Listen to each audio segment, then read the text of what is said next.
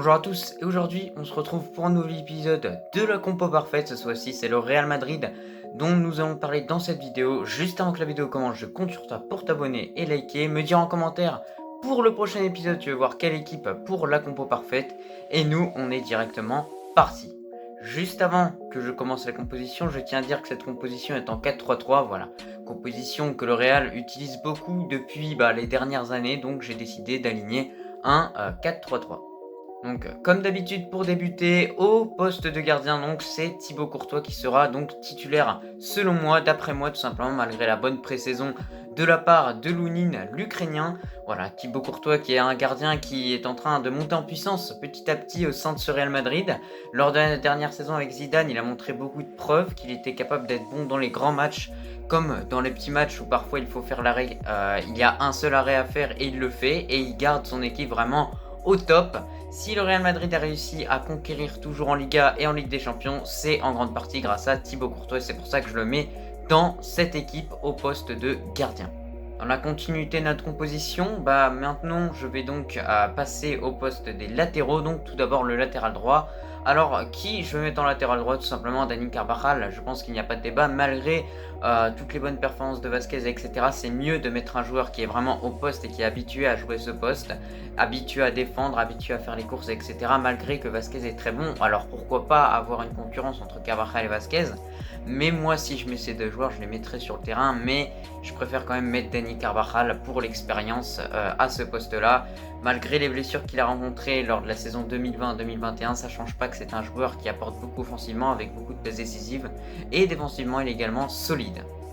Pour la défense centrale, tout d'abord, on va commencer avec l'une des recrues du Real et l'une des recrues tout simplement du Real, David Alaba, voilà, l'Autrichien qui a été très bon à l'Euro, qui est très polyvalent, capable de jouer plusieurs postes et occuper certaines fonctions. Et donc là, je pense que à ce poste de défenseur central, il devrait vraiment faire le taf pour être suffisamment bon et emmener ce Real Madrid au haut niveau. En tout cas, il a une lourde responsabilité. C'est quand même remplacer en quelque sorte Ramos, puisqu'il hérite réellement de son numéro 4.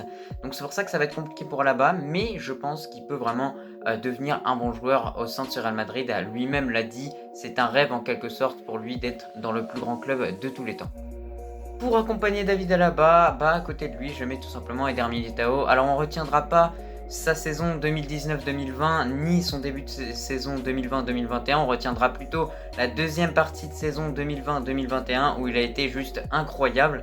Il a joué en duo avec Nacho face à Liverpool, match aller-retour, et au Classico, ils ont été juste fantastiques, je ne m'attendais pas à un tel résultat.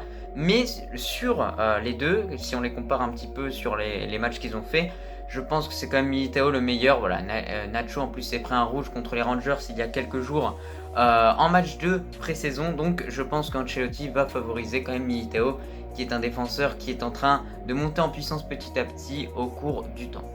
Au poste de latéral gauche, je ne mets pas Marcelo, mais je mets Mendy. Pourquoi Mendy? Tout simplement parce que c'est un joueur qui est rapide, qui a toutes les qualités requises pour être un latéral gauche vraiment fort et un latéral qui monte en puissance au cours des années. Voilà, c'est un peu comme de nombreux joueurs dans ce Real Madrid, il monte en puissance petit à petit et il est en train de devenir un joueur indispensable pour le Real Madrid depuis qu'il est arrivé.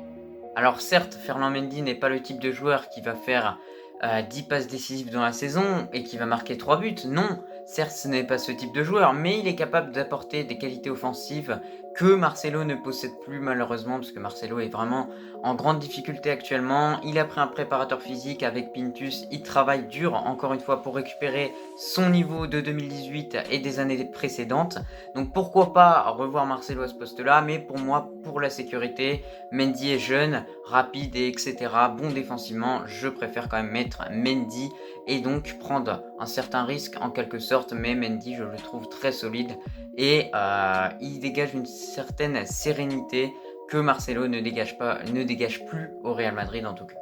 Dans notre 4-3-3, on continue donc avec le milieu défensif. Alors moi là il n'y a aucun débat, c'est clairement Casemiro, un des joueurs qui a marqué le plus de buts, le deuxième meilleur buteur du Real Madrid sur la saison 2020-2021, ce qui explique donc vraiment que les attaquants du Real Madrid, à part Benzema, sont vraiment mauvais devant, mais ça n'empêche que Casemiro est du coup un joueur efficace et capable de marquer des buts, donc c'est un nouvel apport offensif que le Real possède, une nouvelle arme mais défensivement sinon ce joueur est excellent. On peut d'ailleurs le comparer à Kanté. Statistiquement il y a eu des petites comparaisons et si on prend sur l'aspect statistique, Casemiro est au-dessus de Kanté, donc voilà, si on prend vraiment sur tout ce qui est statistique, but, etc., tacle défensif, succès dans les passes ou etc., Casemiro est au-dessus de Kanté. Donc ça montre encore une fois que ce joueur a une importance capitale dans notre jeu madrilène. Maintenant pour les milieux centraux, on va commencer avec le premier qui est Modric. Alors pourquoi je n'ai pas mis Valverde?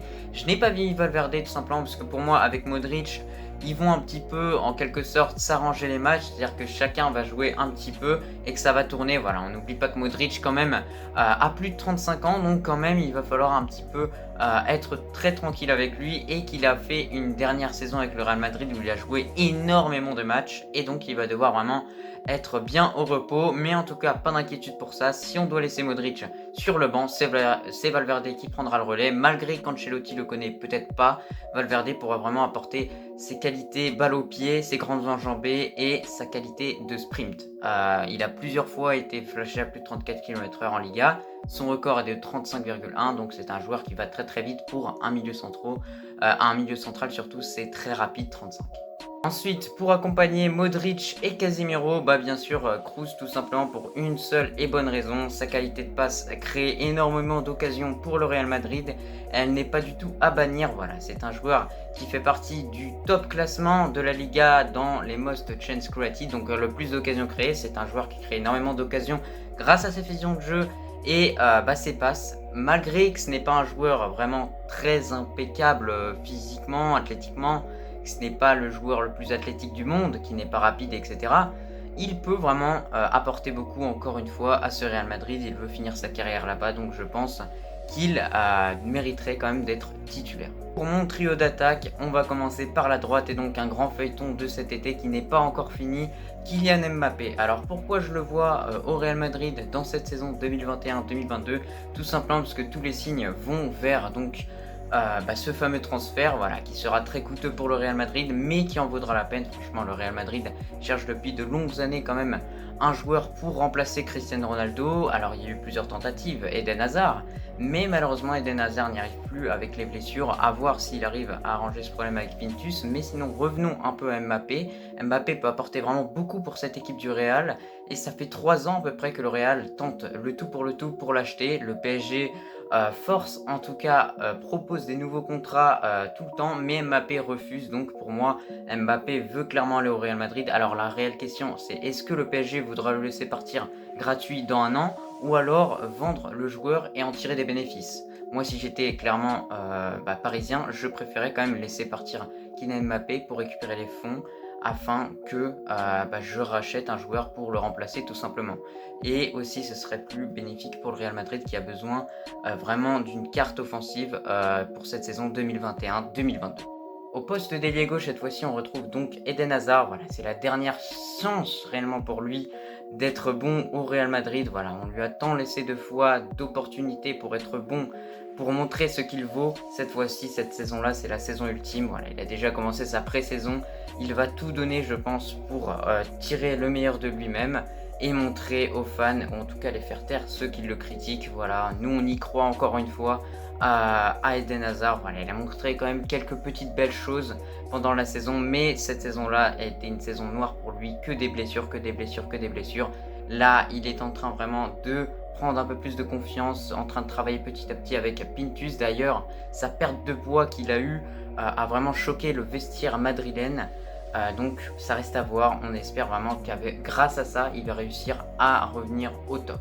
En buteur pour finir, accompagné donc de Kylian Mbappé et Hazard, clairement Karim Benzema, voilà, c'est le joueur qui a sauvé le Real Madrid dans tant de situations, qui est toujours là, qui fait des passes décisives, qui marque des buts, qui sait tout faire. Sans lui, le Real Madrid, je pense qu'ils finissent 4e en Liga, etc. Donc je pense que c'est un joueur vraiment pas à bannir et que c'est un joueur vraiment à garder dans cette équipe qui peut apporter encore une fois. S'il a une bonne complémentarité avec Hazard et Mbappé, ça peut faire très mal et ce Real Madrid peut de nouveau revenir une grosse équipe et cette fois-ci remporter beaucoup de trophées majeurs comme la Liga ou la Ligue des Champions. Donc voilà, on a un petit peu fini avec ce nouvel épisode et donc je vous affiche un petit peu la composition donc officielle pour moi, ma composition parfaite pour le Real Madrid pour cette saison 2021-2022. Donc voilà, on remarque un bon gardien, une bonne défense, un milieu de terrain toujours au top malgré l'âge qui commence à venir. On a un trio d'attaque qui est juste, qui fait rêver, tout simplement ce trio d'attaque. Sinon, juste petit bémol en fait, c'est pour la défense, franchement, il y aura plusieurs options. Il y a l'option avec Marcelo, il y a l'option Nacho Alaba, l'option Nacho Militao. Ça reste à voir, mais je pense qu'Alaba en tout cas restera vraiment pas sur le banc.